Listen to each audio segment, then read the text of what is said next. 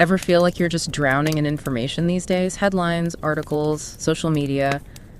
It's a lot to keep up with. It really is a constant deluge. That's why we love doing these deep dives, right? To really get beneath the surface. Absolutely. And today, we're diving into the world of podcasts, Okay. but not just listening to them. Right. We're looking at how researchers are using podcasts to understand entire social groups. It's fascinating stuff, really. Right. I mean, it makes sense if you think about it. Podcasts are everywhere you turn these days. Everywhere. One study we were looking at said over a third of people listen regularly now. Yeah, 75,000 people in that study. And it was global. So Wow, 75,000. huge sample size. So yeah, it's safe to say podcasting has exploded.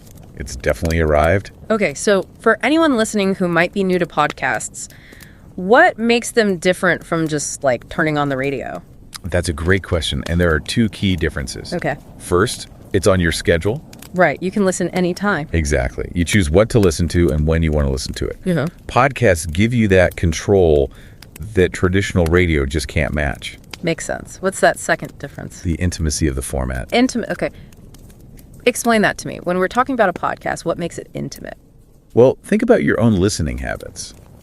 Often, you're probably wearing headphones, right? It feels like you're part of the conversation, almost like you know the hosts personally. Yeah, totally. That's the intimacy, that feeling of belonging to this specific community. And that's different from, say, my favorite morning radio DJ, how... I mean, I feel a connection with them. You do, and it's a subtle but important distinction. With podcasts, that intimacy, that feeling of connection, it's just amplified. And researchers are realizing this allows for a whole new way to study groups and their dynamics. Okay, I'm intrigued. They're calling it podcast ethnography. Podcast ethnography sounds kind of intimidating, like something I'd need a PhD to understand. Not at all. Don't let the fancy terms scare you. Okay, good. At its core, podcast ethnography is about studying social groups through the podcasts they create and listen to. So, kind of like eavesdropping, but for research. That's a good way to put it. You're tuning into a conversation and learning about the speakers, their beliefs, their values. It's about understanding people in their own words, in their own spaces, so to speak. Gotcha. So do researchers just pick any random podcast and start listening? Definitely not. There's a real method to this. Okay, walk me through it. Let's take a look at a real-world example to illustrate.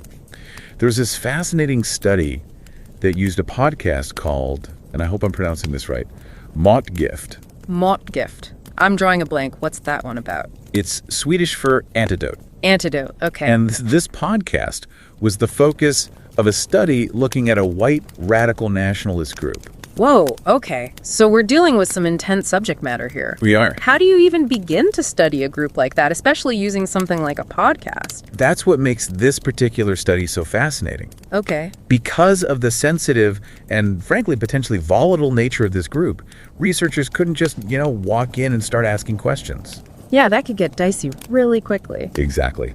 So they opted for what they call distant engagement, meaning they focused solely on the podcast itself. No direct contact with the group. So analyzing it from afar, like a cultural artifact. Exactly. Smart move. So through this distant engagement, what were they able to learn about this group just by listening to their podcast? A surprising amount, actually. They discovered that this Motgift podcast, it wasn't just casually shooting the breeze. It was very carefully constructed. Okay, crafted how? To reinforce their specific worldview. Like, one thing they noticed was this constant use of an us versus them narrative. Classic us versus them. But who's the them in this case? Well, that's what's really interesting. The researchers found that them was often intentionally left undefined. Interesting. Why do you think they would do that? Well, think about it. That vagueness, it lets listeners project their own fears and biases onto this undefined other. Oh, I see. So it's almost like a fill-in-the-blank fear. Exactly. But when you look at the recurring themes, a lot of the anxieties revolved around things like cultural change and immigration. So painting this picture of a culture under threat and using that to kind of stoke fear and anxiety in their listeners. You got it. And they did this in some pretty clever ways. Remember that feeling of intimacy we talked about earlier? How podcasts can make you feel like you're part of a conversation. Yeah, like you're in on something together. Exactly. Motgift used that to their advantage.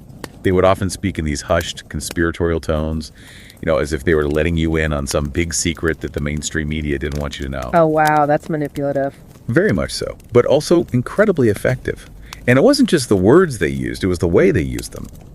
These folks were master storytellers. They would weave together all these different narratives, historical narratives, current events, mythology even, to create this really compelling, albeit ultimately dangerous narrative. So it's like through this podcast, they were building a whole alternate reality almost. Exactly, one that was designed to draw listeners in and keep them there. But there's one more layer to this whole thing that I found particularly interesting: their use of music. Music. Really? How so? It's subtle, but it's powerful. Think about how music makes you feel. It can evoke such strong emotions. For sure. It taps into something primal. Motgift. They really use that to their advantage. Give me an example. How did they use music in this way? Their closing song was always the same. It was this traditional Swedish hymn, which on the surface might seem like a strange choice for this kind of group, right? Yeah, you wouldn't necessarily put those two things together. Right. But the researchers realized it was totally intentional. Okay, so there's something more to it than meets the eye. Definitely. This hymn, the lyrics are all about this pure and unchanging homeland. It played directly into their message of a culture under threat, this idea that Swedish culture needed to be protected and preserved. And the music itself, it created this emotional connection to this, romanticized past.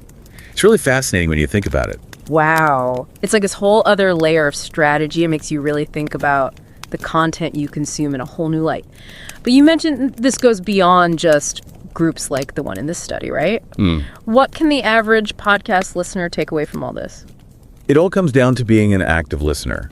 The next time you're listening to your favorite podcast, whatever it may be, take a moment to think about the why, the how, and the what behind it. Okay, break that down for me. Why, how, what? Sure. So the why do you think this podcast exists? What do you think the host is trying to achieve? Are they trying to just entertain, educate, maybe even persuade their listeners? Okay, so thinking about their goals. Exactly. And then how are they using the podcast to try to achieve those goals? What kind of language do they use? Who do they have on as guests? Even just something as simple as what kind of tone are they using? So paying attention to their style, their approach. Yeah. And finally, what are the underlying messages, values, maybe even biases that are coming through in the content? So it's almost like putting on your detective hat a little bit when you're listening. Yes. And it's not about being cynical or distrusting everything you hear. It's just about being a more informed and discerning listener. Right. So instead of just passively absorbing information, you're actively engaging with it. Exactly. And that skill, being able to critically analyze information, that's so important in our world, especially with how much information is out there these days. It's true. It's overwhelming sometimes. It really is. This has been a real eye-opener. It really does make you realize how powerful this medium can be, but also how important it is to be aware of these more subtle ways we might be influenced.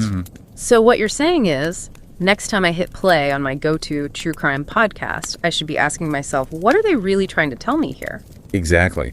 Or even just, what can I learn about the host, about their community, just from how they're choosing to tell this story? It can really change how you experience podcasts. It's true. I'm already thinking differently about it. But it also kind of makes you wonder if researchers are using podcasts to understand groups with all the data that's out there. Are we all just one podcast away from becoming research subjects ourselves? That's a question worth thinking about. I mean, as our lives become increasingly digital, it does raise some important questions about privacy and consent within research. Big questions. Maybe we'll have to bring some legal experts in for a deep dive on that sometime. That's a good idea. But for today, I think we've given everyone, including ourselves, plenty to think about. We have. Yeah. And, if there's one big takeaway from all of this, it's to just be an active, engaged listener. Ask questions, challenge assumptions, and never be afraid to dig a little deeper. Words to listen by. And on that note, we're going to wrap up this deep dive into the world of podcast ethnography. Thanks for joining us on this journey of discovery. It's like we always say, with great podcasts comes great responsibility. So true. We can't just passively take it all in. We have to be active participants in this whole listening process. Yeah. And this goes way beyond just podcasts. Right. It makes you think about information overload in general. Exactly. Something we all struggle with, even those of us who, really enjoy learning new things. Oh, tell me about it. I feel like I'm constantly drowning in information. And that's the thing, right? It's so easy to get overwhelmed by the sheer amount of content coming at us these days. And that's where I think this whole idea of podcast ethnography offers such a valuable lesson for all of us. How so? It reminds us to slow down, Okay. to really engage deeply with the material in front of us. Yeah. To ask those critical questions. So it's not just about what we're listening to, it's about how we're listening. Yes. We need to be more mindful. Present in the moment. Exactly. Really dissecting what we're taking in and why. Because it's so easy to just get swept up in it all, you know? That constant scroll, the 24/7 news cycle. We end up being bombarded with these sound bites and headlines, but we rarely take the time to really understand the nuances, I agree. the different perspectives, the motivations behind the information. And that's where things can get dangerous, I think. When we don't engage critically with information, we become so much more vulnerable. Vulnerable to manipulation, to misinformation, even to our own implicit biases. It's like we're building our worldview on a foundation of sand instead of solid rock. That's a really powerful way to put it. And I think that's why understanding these research methods like this podcast ethnography, it can be so empowering for all of us. Because it gives us the tools to break down that information. Yeah. To separate fact from fiction. To become more discerning consumers of content, no matter where we encounter it. So what you're saying is this deep dive into the world of podcasts has actually given us a framework for navigating this whole world of information out there. I think so. It's about cultivating that critical eye, that ability to always be asking why, how, not just taking everything at face value. Okay, so asking why, how, along with what? Exactly. And recognizing that every piece of content out there, whether it's a podcast, a news article, a social media post, whatever, it's all a product of choices. Choices being made by the creators with their own motivations and agendas and biases. Yes. It's like we've unlocked a secret level of listening. I like that. And understanding. Well, there you have it, everyone. Another fascinating deep dive in the books. Today, we explored the world of podcasts, and not just what they tell us about ourselves, but how we can use this knowledge to be more critical, more informed, and ultimately more empowered consumers of information in all its forms. Couldn't have said it better myself. It's all about being an active participant.